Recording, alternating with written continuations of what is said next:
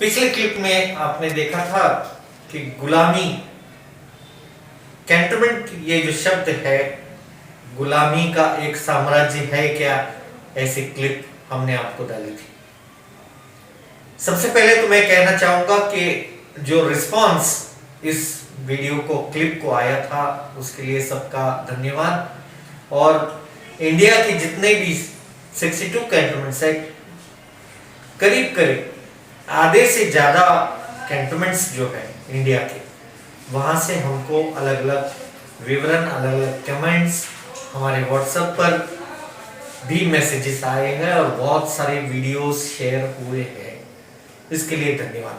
और आप सभी को यह निवेदन है कि नीचे दिए गए इस पर सब्सक्राइब करें, लाल बटन को प्रेस कीजिए और सब्सक्राइब कीजिए।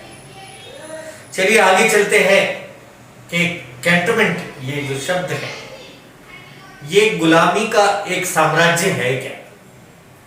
तो इसका उत्तर है कि हाँ, कैंटोनमेंट ये गुलामी का एक साम्राज्य है।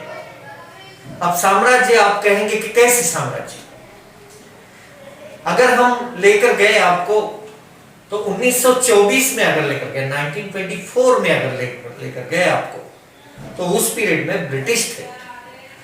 ब्रिटिश ने ये कैंटोनमेंट एक्ट बनाया है 1924 में।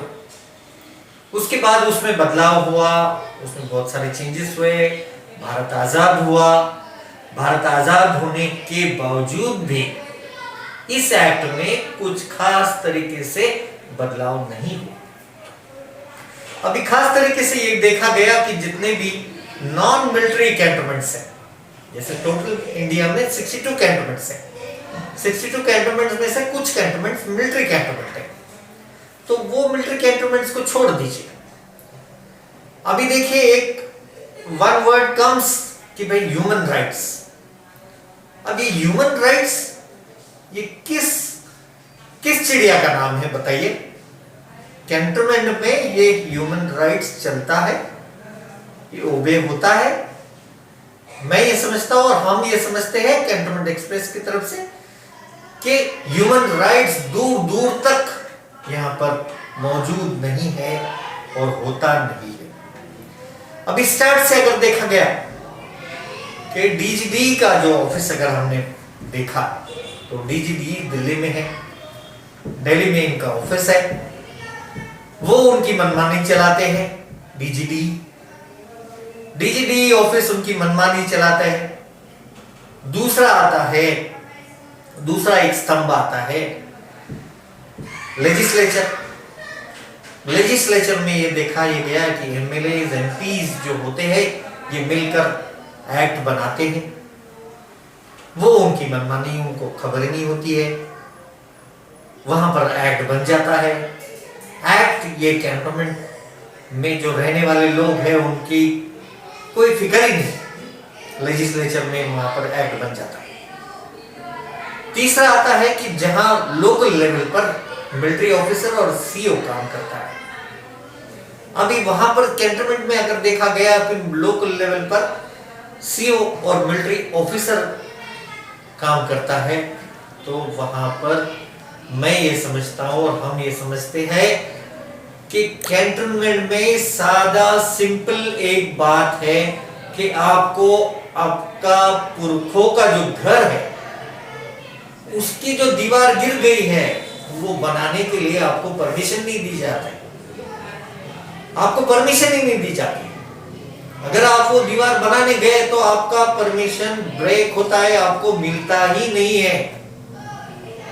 यहां तक वो है, परमिशन नहीं मिलता है। घर बनाने के लिए परमिशन नहीं मिलता है। आपके फादर के नाम का घर है, आपके डैड के नाम का घर है, आपके नाम पे आपको ट्रांसफर करना है, तो वो भी नहीं होता है। मतलब छोटी छोटी चीजें भी लेकर देखेंगे आप, तो वहां पर होता ही नहीं है।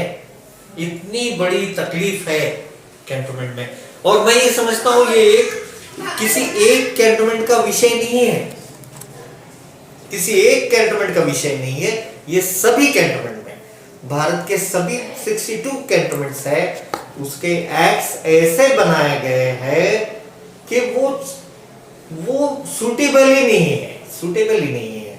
और अभी भी जो हम सभी लोग ये रास्ता देख रहे थे कि चलो अभी जो 17th लोकसभा हुआ, ये 17th लोकसभा में नया एक्ट आएगा, 2021 नया एक्ट आएगा, कैंटोनमेंट एक्ट नया आएगा, कैंटोनमेंट लैंड एडमिनिस्ट्रेशन रूल्स नया आएगा, कैंटोनमेंट सर्वेंट रूल्स नए आएंगे। तो उसमें कुछ बदलाव होगा, उसमें कुछ अच्छाई होगी, लेकिन वहां सब हमको निराशा हुई, कुछ भी बदला नहीं है। उल्टे जो ये मेंबर्स, जो नॉमिनेटेड मेंबर्स, इलेक्टेड मेंबर्स का जो पावर्स है वो कम कर दिए गए, और सीओ और ब्रिगेडियर का पावर बढ़ा दिया गया। और सबसे बड़ी बात मैं आपको ये कहता हूं कि एक छोटा ग्राम पंचायत ले लो, एक छोटा सा गांव का एक सरपंच होता है और मेंबर्स होते हैं, वो भी अगर लेकर गए तो वहां का जो अध्यक्ष होता है, अध्यक्ष उन्हीं के गांव का होता है। यहां पर तो कैंटोनमेंट, आप जितने भी कैंटोनमेंट लेंगे, हमारा अध्यक्ष कौन होता है? हमारा अध्यक्ष हरियाणा का होता है, हमारा अध्यक्ष बंगाल का होता है, जिसको हमारा क्षेत्र पता ही नहीं है, हमारा यहाँ का वेजिटेशन मालूम नहीं है, हमारे यहाँ का ज्योग्राफिकल कंडीशंस मालूम नहीं है, कुछ भी नहीं मालूम नहीं है उसको। और वो मीटिंग में हेड करता है, मीटिंग में विषय चलाता है, और उसको कुछ नहीं समझ में आता है। जितना उसको समझा वो ओके करता है, नहीं समझा वो आपका कितना भी अच्छा काम जो इलेक्टेड मेंबर्स ने रखा है वो 1 सेकंड में उसको निकाल देता है। ऐसे करके ये कैंटोनमेंट चल रहा है। तो ऐसी स्थिति में ये पूरी गुलामी है। ये गुलामी को किधर न किधर से इसको पकड़ना पड़ेगा, कैसे न कैसे। ये हम सब जितने भी कैंटोनमेंट्स है, कैंटोनमेंट्स के सभी रहवासी और कर्मचारी। अब कर्मचारी का देख लीजिए, कर्मचारी जो होते हैं उनका भी कोई सच्चा नहीं है। एक ऑफिसर होता है, मिलिट्री का ऑफिसर, वो जिस दिन वहां आना होता है उसको कैंटोनमेंट के ऑफिस में पूरा ऑफिस टेंशन में होता है, पूरा ऑफिस टेंशन में होता है। और सबसे ज्यादा दिक्कत होती है क्लास 4 को, जो सफाई कर्मचारी है क्लास 4 को इतनी परेशानी होती है। हमने देखा है कि क्लास 4 को सबसे ज्यादा परेशानी होती है। अभी देखिए, हम ये आपको क्लिप बता रहे हैं, ये जो क्लिप हम आपको बता रहे हैं कैंटोनमेंट औरंगाबाद की है। औरंगाबाद कैंटोनमेंट का ये जो क्वार्टर्स हम आपको दिखा रहे हैं, पीछे आपको वीडियो क्लिप में दिख रहा है, ये वीडियो क्लिप में सर्वेंट क्वार्टर्स है जो क्लास 4 के हैं, और ये पिछले 50 सालों में कभी भी रिपेयर नहीं हुई है।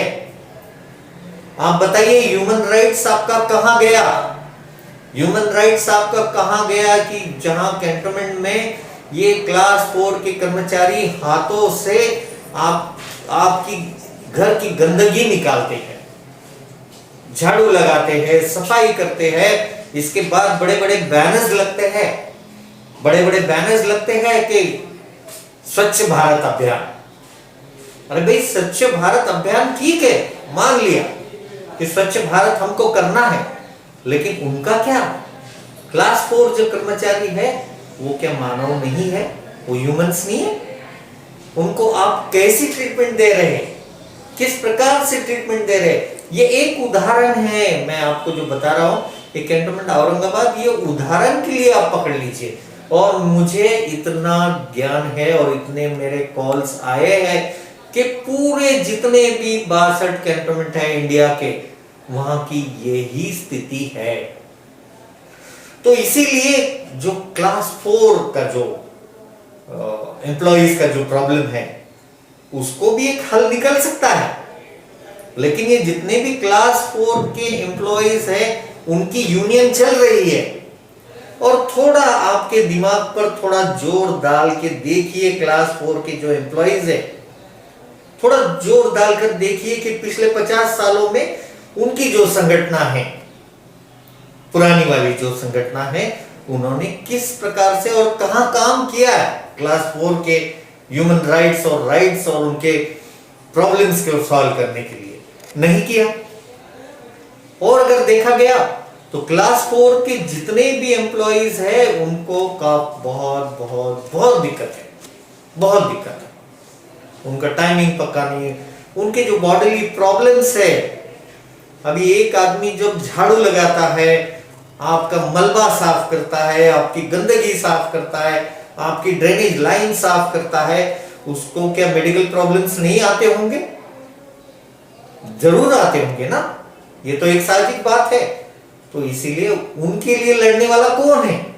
क्लास 4 की जो एम्प्लॉइज है उनके लड़ने वाला कोई भी नहीं आज। इसीलिए मैं कहूंगा कि कैंटोनमेंट ये एक स्लेवरी का और साम्राज्य है, इसको खत्म करना पड़ेगा, इसको एकजुट आना पड़ेगा। हम सभी को एकजुट होकर इस पे काम करना चाहिए। अभी देखिए जैसे बंगलो एसोसिएशन है, बंगलो एसोसिएशन कितने सालों से काम कर रहे हैं, उनकी खुद की वो प्रॉपर्टी है, उनके बाप दादा की प्रॉपर्टीज है, और वो कितनी बार गुहार लगा रहे हैं, डिस्ट्रिक्ट कोर्ट में लगा रहे हैं, हाई कोर्ट में लगा रहे हैं, सुप्रीम कोर्ट तक चले गए, लेकिन आज तक उनकी सुनवाई नहीं हुई। ये बंगलोज, उसका जो दीवारें है वो बनाने की भी परमिशन नहीं, रिपेयरिंग की परमिशन नहीं, वो कैसे रहेंगे बताइए? तो ये जितने भी प्रॉब्लम्स है, ये यहां से लेके एंड तक एम्प्लॉइज का भी प्रॉब्लम है और रेसिडेंट्स का भी प्रॉब्लम है। तो मैं ये समझता हूं कि इसके लिए बहुत बड़ी ताकत हम सबको जमा करनी चाहिए और सब एकजुट होना चाहिए, और एकजुट होकर यहाँ पर कैंटोनमेंट और कैंटोनमेंट में सुधार लाने के लिए और अमेंडमेंट्स लाने के लिए एक चर्चा सत्र आयोजित किया जाना चाहिए। चर्चा सत्र का ठिकान और प्लेस जो है, जगह हम फाइनल कर देना चाहिए, और वहां पर एक चर्चा आयोजन करने के बाद वहां पर आगे के रास्ते खुलकर आएंगे। अगले वीडियो में हम आपको और बहुत सारी चर्चाएं करेंगे और फिर से हम यही शब्द लेंगे। मैं जो आपको बता रहा हूं कि ये कैंटोनमेंट, ये जो शब्द है, ये एक गुलामी का साम्राज्य है। It is, and cantonment, the word itself is a great kingdom of slavery. ये तो हमारा बेसलाइन रहेगी, क्योंकि है, यहाँ पर है। और मैं जितनी बातें आपको बता रहा हूँ, मैं समझता हूँ इस बातों पर आप सहमत होंगे। इसीलिए आप इसको कमेंट कीजिए, व्हाट्सएप पर मैसेजेस दीजिए, और आगे के विस्तार में और अगले वीडियो में हम देखेंगे कि आगे कैसे होता है। धन्यवाद।